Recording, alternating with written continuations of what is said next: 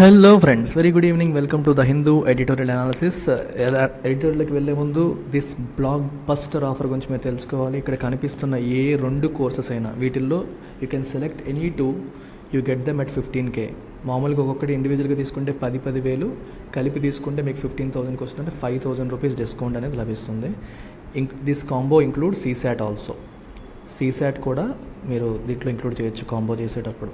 So దీనిపైన మీకు life time validity ఉంది.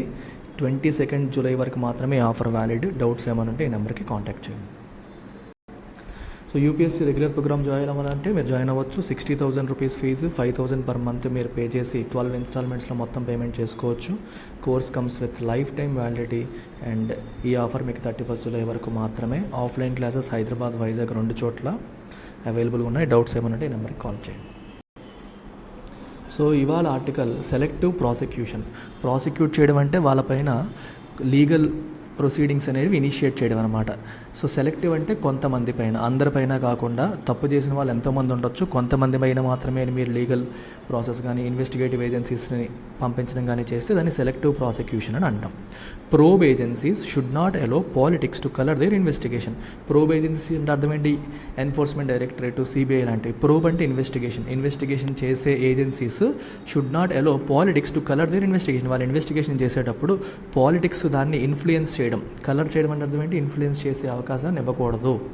సో వాళ్ళు నిష్పక్షపాతంగా అన్బయాస్డ్గా ఇన్వెస్టిగేషన్ చేయాలి, అధికార పార్టీ చెప్పినట్టు ప్రవర్తించకూడదు అని అర్థం.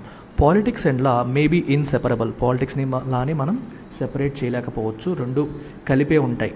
But the first may sometimes overshadow the second. కాకపోతే పాలిటిక్స్ అనేది చాలాసార్లు లాని ఓవర్ షాడో చేస్తూ ఉంటుంది, especially when it comes to prosecution of political లీడర్స్ని ప్రాసిక్యూట్ చేసే విషయం తీసుకుంటే పాలిటిక్స్ అన్ని లా ప్రకారం జరుగుతాయంటే కాదు.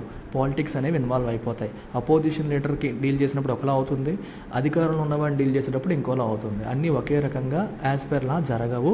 పొలిటికల్ ఇన్ఫ్లుయెన్స్ అనేది ఉంటుంది. And on going example is the spike in the activity of enforcement directorate in తమిళనాడులో ఎన్ఫోర్స్మెంట్ డైరెక్టరేట్ చాలా యాక్టివ్ అయిపోయింది. స్పైక్ అంటే పెరగడం, చాలా యాక్టివ్గా ఉంది. దాన్ని మనం ఒక ఎగ్జాంపుల్ కింద చెప్పొచ్చు. అంటే ఈ పాలిటిక్స్ అనేవి ఎలా వీటిని ఇన్ఫ్లుయెన్స్ చేస్తున్నాయని చెప్పడానికి. Close on the heels of అంటే ఒకటి జరిగిన వెంటనే, రైట్ ఆఫ్టర్, ఇమీడియట్లీ అని అర్థం అనమాట. V Senthil Balaji now a minister without portfolio in the DMK regime. DMK గవర్నమెంట్లో పోర్ట్ఫోలియో లేకుండా మినిస్టర్గా ఉన్నాడు ఆయన్ని అరెస్ట్ చేసిన తర్వాత and the minister without portfolio in the DMK regime and the legal wrangling over the legality of his arrest and remand. wrangling అంటే గొడవ అనే మీనింగ్ వస్తుంది. అంటే అతన్ని అరెస్ట్ చేయడం ఎంతవరకు లీగల్ కాదా అనే విషయంలో discussion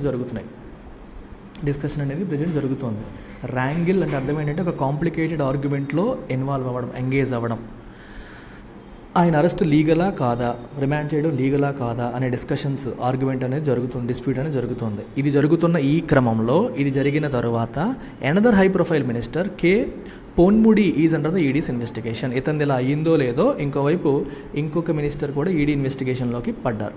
while the agency may have good reason to investigate and prosecute them. వాళ్ళిద్దరిని ఇన్వెస్టిగేట్ చేయడానికి, ప్రాసిక్యూట్ చేయడానికి మంచి రీజన్, సరైన రీజన్ అనేది ఉండవచ్చు.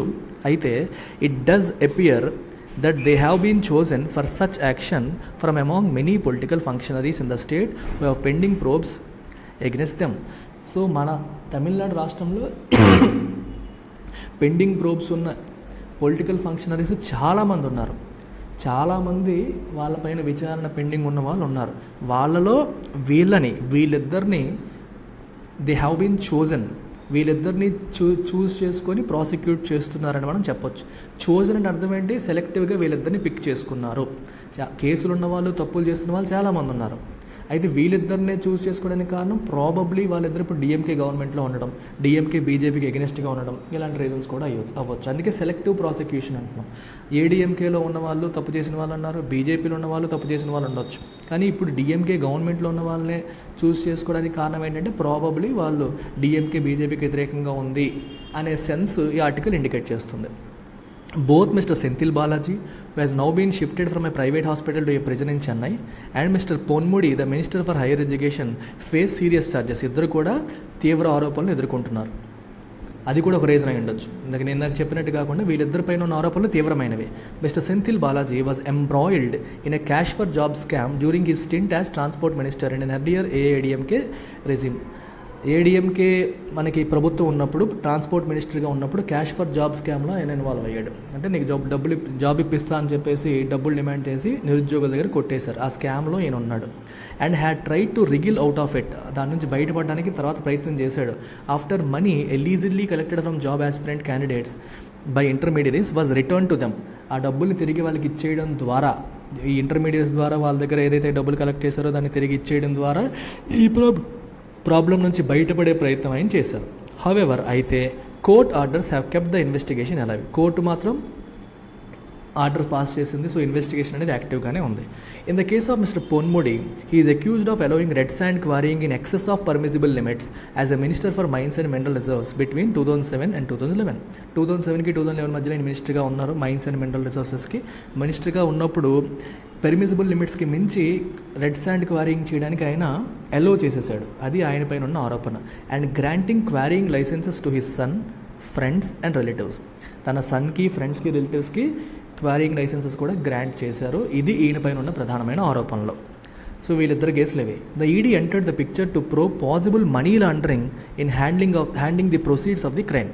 చూడండి, ఎప్పుడైనా సరే కరప్షన్ జరుగుతోంది, తప్పు చేశారంటే సిబిఐ డీల్ చేస్తుంది, ఈడీ డీల్ చేయదు. ఎన్ఫోర్స్మెంట్ డైరెక్టరేట్ ఎప్పుడు ఎంటర్ అవుతుందంటే హవాలా మార్గాలు, మనీ లాండరింగ్ జరిగిందా, డర్టీ మనీ, లీగల్గా ఎర్న్ చేయని మనీని డర్టీ మనీ అంటాం. ట్యాక్స్ పే చేయకుండా ఇల్లీగల్గా సంపాదించేది డర్టీ మనీ. ఆ డర్టీ మనీని మంచి మనీగా చూపించే ప్రయత్నమే మనీ లాండరింగ్. అంటే వేరే కంపెనీల్లో పెట్టి అఫీషియల్ రూట్స్లోకి తెచ్చే ప్రయత్నం చేయడం. అంటే నువ్వు ఇల్లీగల్గా డ్రగ్ ట్రాఫికింగ్, హ్యూమన్ ట్రాఫికింగ్ చేసి సంపాదించావు అనుకో, లేదా అమ్మకూడని రెడ్ శాండ్, మనం ఎర్రచంద్రాన్ని అమ్మేసి సంపాదించాము, అదంతా ఇల్లీగల్ మనీ అవుతుంది.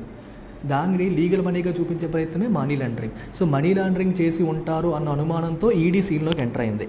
The agency has successfully warded off a stiff challenge to the legality of Mr. Senthil Balaji's arrest and remand, but it must do more to put all facts in the public domain to show that its actions are justified.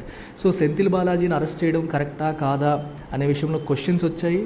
వస్తే దాన్ని handle చేసింది మంచిగానే. వాటిని, ఈ ఛాలెంజ్ని, ward of అంటే ఎదుర్కోవడం, ఛాలెంజ్ని ఎదుర్కొని handle చేసి ఇప్పటి వరకు అతని పైన కేసు కంటిన్యూ అయ్యేలా చేసింది. కానీ it must do more to put all facts in public domain.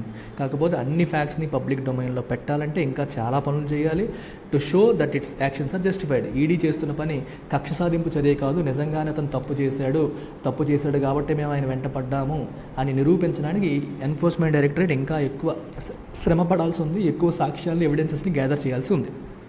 Justify అంటే సమర్థించుకోవడం, తన యాక్షన్స్ అన్నీ సమర్థనీయమే అనిపించుకోవాలి అంటే వాళ్ళు ఇంకా ఎక్కువ చేయాలి. However, except for some court-ordered CBI probes and income tax proceedings, central agencies appear to be doing little by way of pursuing allegations against members of the erstwhile AIADMK regime.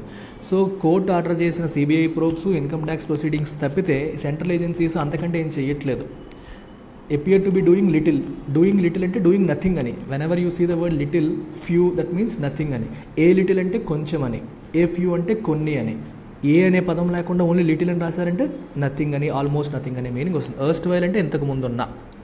So అందులో ఉన్న ఇంతకుముందు అన్నా DMK రెజ్యూమ్లో ఎవరెవరైతే ఉన్నారో అప్పుడు తప్పు చేసిన వాళ్ళందరూ ఇప్పుడు డిఎంకే గవర్నమెంట్లో ఉండి మళ్ళీ మినిస్టర్స్ అయిపోతే వాళ్ళ మీద పడుతున్నారు.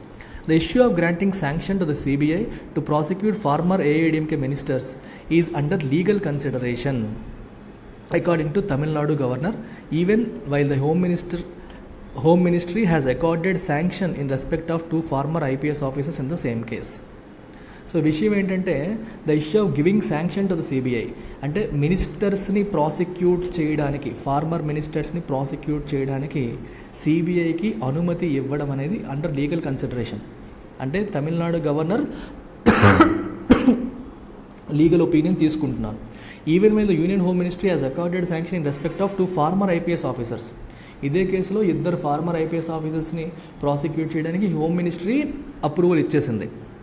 It will be difficult to credit central agencies with taking timely action against corruption if only parties identified with the opposition are brought under their investigative ambit. అర్థమవుతుంది? ఇఫ్ ఓన్లీ మనకి సిబిఐని పొగడ్డం అనేది కొంచెం కష్టం.